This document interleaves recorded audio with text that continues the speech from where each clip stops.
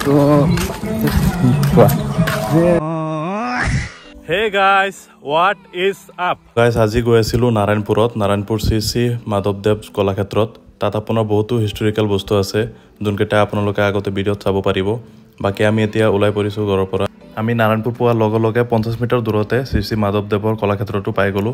তাত গৈ আপুনি সাইডত চাব যে পাৰ্কিং এৰিয়া আছে। পাৰ্কিং এৰিয়াত আপুনি বাইকটো পাৰ্ক কৰি তাত আপোনাৰ টিকেট কাটিব লাগিব। টিকেটৰ মূল্য 25 টকাকে। তো দুটা টিকেট কাটি আমি ভিতৰত সোমাই আহিলো। গাইস, আমি আহি উপস্থিত হৈছো শ্ৰী মাধৱদেৱ কলাক্ষেত্ৰত, যোনটো আপোনাৰ নাৰায়ণপুৰত লোকেটেড হয়।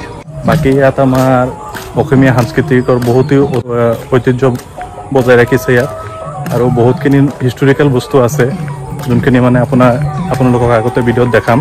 বাকি ইয়াত আপোনাৰ বহুতকেইটা কাম চলি আছে, এতিয়ালৈকে কমপ্লিটলি হোৱা নাই। আপোনালোকে এন্ট্ৰি কৰাৰ লগে লগে পাব নামঘৰ। নামঘৰৰ সাইডতে আছে আপোনাৰ বাসগৃহ, অতিথিশালা আছে। তাৰ পাছত আপোনাৰ অডিটৰিয়াম বনি আছে যোনকেইটা এতিয়ালৈকে কমপ্লিট হোৱা নাই, আণ্ডাৰ কনষ্ট্ৰাকশ্যন আছে।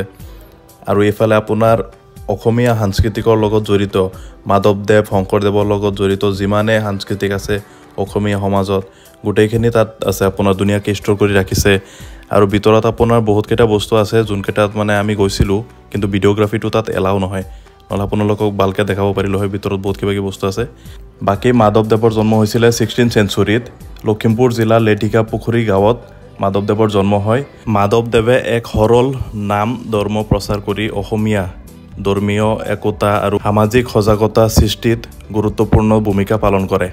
তেওঁ সত্ৰ আৰু নামঘৰ প্ৰতিষ্ঠা কৰি ধৰ্মীয় শিক্ষা আৰু সংস্কৃতিৰ বিস্তাৰ ঘটায়। বাকী মাধৱদেৱৰ বিষয়ে আমি কমপ্লিটলি অৱগত নহয়, তাৰ ভিতৰত যদি কিবা ভুল ভ্ৰান্তি হৈছে তো ক্ষমা প্ৰাৰ্থী, আপোনালোকে ক্ষমা কৰিব।